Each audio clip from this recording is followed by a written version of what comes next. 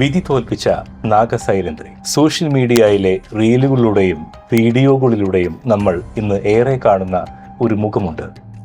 നാഗസൈരന്ധ്രി. വിചിത്രമായ വേഷവിധാനങ്ങൾ, താളം തെറ്റിയ സംസാരങ്ങൾ, അർത്ഥമില്ലാത്തതെന്ന് നമുക്ക് തോന്നുന്ന പ്രവൃത്തികൾ.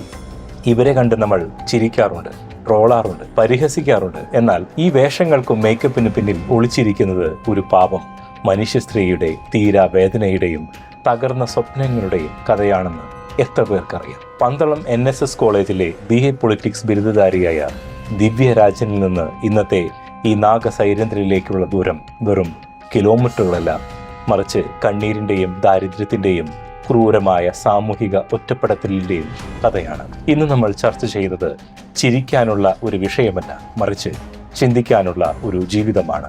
സ്വപ്നങ്ങളുണ്ടായിരുന്ന ദിവ്യ. പത്തനംതിട്ട ജില്ലയിലെ പന്തളത്തിന്റെ പരിസരത്തു നിന്നാണ് ദിവ്യ വരുന്നത്. കുട്ടിക്കാലം മുതലേ സ്വപ്നങ്ങളുടെ ഒരു ലോകത്തായിരുന്നു അവർ. വെറും ഒരു സ്വപ്നക്കാരിയല്ല, ശാസ്ത്രജ്ഞയാകണമെന്നും സിനിമ നടിയാകണമെന്നും നല്ലൊരു ചിത്രകാരിയോ ശില്പിയോ ആകണമെന്നും ആഗ്രഹിച്ച ഒരു പെൺകുട്ടി. പന്തളം NSS കോളേജിലെ ആ ഇടനാഴികളിൽ പുസ്തകങ്ങളുമായി നടന്ന ദിവ്യയ്ക്ക് ലോകത്തെപ്പറ്റി വലിയ കാഴ്ചപ്പാടുകളുണ്ടായിരുന്നു. BA പൊളിറ്റിക്സ് ചേർന്നപ്പോഴും മറ്റ് അറിവുകൾ തേടിപ്പോകുവാൻ അവർക്ക് വലിയ താല്പര്യമില്ലായിരുന്നു. എന്നാൽ ആഗ്രഹിച്ച ഉയരങ്ങളിലേക്ക് പറക്കുവാൻ ആ ചിറകുകൾക്ക് കഴിഞ്ഞില്ല. വിധി പകർന്നു നൽകിയത് കൊടിയ ദാരിദ്ര്യമായിരുന്നു. ദാരിദ്ര്യം കൊണ്ട് പഠനം പോലും തടസ്സപ്പെട്ടപ്പോഴും അവർ തോറ്റുകൊടുക്കുവാൻ തയ്യാറായിരുന്നില്ല. വിശപ്പടക്കുവാൻ പാടത്തെ കൊയ്ത്തുപണിക്ക് പോയി. വക്കീൽ ഗുമസ്തയായി ജോലി ചെയ്തു.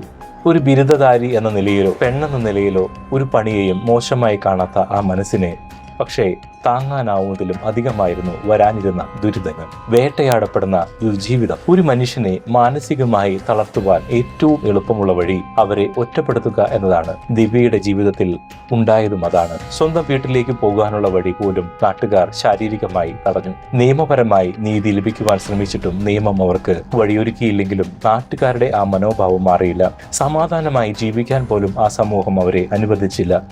വീടിന് നേരെ കല്ലേറുകൾ, അശ്ലീലം നിറഞ്ഞ വാക്കുകൾ, തുടർച്ചയായ മാനസിക പീഡനങ്ങൾ, ഇതൊക്കെ ഒരു സ്ത്രീക്ക് എത്ര കാലം താങ്ങാൻ കഴിയും? നിയമം പുസ്തകങ്ങളിൽ മാത്രം ഒതുങ്ങി നിന്നപ്പോൾ നാട്ടുകാരുടെ ക്രൂരതയ്ക്ക് മുന്നിൽ ആ പെൺകുട്ടിയുടെ ജീവിതം ഒരു തുറന്ന തടവറയായി മാറി. മനസ്സിന്റെ താളം പിന്നീട് അങ്ങനെ തെറ്റുകയായി. The transformation. നിരന്തരമായ പീഡനങ്ങളും സങ്കടങ്ങളും ഒരു മനുഷ്യന്റെ തലച്ചോറിനെ എങ്ങനെ ബാധിക്കും എന്നതിന്റെ ജീവിക്കുന്ന ഉദാഹരണമാണ് ദിവ്യരാജൻ. ഒരു ഘട്ടത്തിൽ ആ വലിയ സമ്മർദ്ദങ്ങൾ താങ്ങാനാവാതെ അവരുടെ മനസ്സിന്റെ താളം തെറ്റി. സ്വപ്നങ്ങളുടെ തകർച്ചയും ഒറ്റപ്പെടലും അവരെ മറ്റൊരു ലോകത്തേക്ക് എത്തിച്ചു. അവിടെയാണ് നാഗസൈരന്ധ്രി എന്ന കഥാപാത്രം ജനിക്കുന്നത്. സമൂഹം അവരെ കോമാളി എന്ന് വിളിച്ചു. അവർ വേഷം കെട്ടി തെരുവിലിറങ്ങിയപ്പോൾ നമ്മളത് കണ്ട് ആസ്വദിച്ചു.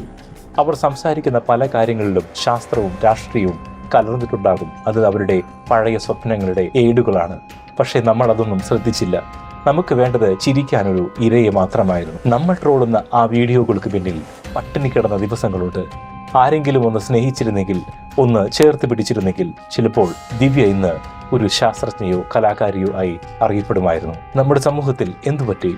ഒരാൾ മാനസികമായി തളർന്നു പോയാൽ അവരെ ചികിത്സിക്കുവാനും സഹായിക്കുവാനും പകരം അവരുടെ വീഡിയോകൾ സോഷ്യൽ മീഡിയയിലിട്ട് വൈറലാക്കാനാണ് നമുക്ക് താല്പര്യം. ദിവ്യരാജൻ ഒരു പാവം ഒരു സ്ത്രീയാണ്. അവർക്ക് വേണ്ടത് പരിഹാസമല്ല, ചികിത്സയും കരുതലുമാണ്. എവിടെ പോയി നമ്മുടെ നവോത്ഥാന കേരളം? അയൽവാസിക്ക് നേരെ ക്രൂരത കാണിക്കുന്ന നാട്ടുകാർ, അത് കണ്ടിച്ചിരിക്കുന്ന സോഷ്യൽ മീഡിയ ഉപഭോക്താക്കൾ, നമ്മൾ ഓരോരുത്തരും ദിവ്യയുടെ ഈ അവസ്ഥയ്ക്ക് ഉത്തരവാദികളാണ്. നിയമം നടപ്പിലാക്കുന്നതിൽ പരാജയപ്പെട്ട സംവിധാനങ്ങളും സദാചാരത്തിന്റെ പേരിൽ ഒരു സ്ത്രീയെ വേട്ടയാടിയ സമൂഹവും ഈ ക്രൂരതയിൽ പങ്കാളികളാണ്. പന്തളം കോളേജിലെ മിടുക്കിയായ ആ വിദ്യാർത്ഥി ഇപ്പോഴും ആ വേഷപ്പകർച്ചയ്ക്കുള്ളിൽ എവിടെയോ ഉണ്ട്. ഇനിയെങ്കിലും നാഗസൈരന്ധ്രി എന്ന പേരിൽ അവരെ പരിഹസിക്കാതിരിക്കാം. അവരുടെ ജീവിതം നമുക്ക് നൽകുന്ന പാഠം വളരെ വലുതാണ്. കരുണയില്ലാത്ത ഒരു സമൂഹം എങ്ങനെ ഒരു മനുഷ്യനെ ജീവനോടെ കൊല്ലുന്നു എന്നത്. ഇന്ന് നമ്മൾ കണ്ടത് ദിവ്യരാജൻ എന്ന തോറ്റുപോയ ഒരു സ്ത്രീയുടെ കഥയല്ല, മറിച്ച് തോൽപ്പിച്ചു കളഞ്ഞ ഒരു സമൂഹത്തിന്റെ കഥയാണ്. ചിരികൾക്ക് പിന്നിലെ കണ്ണീര് കാണാൻ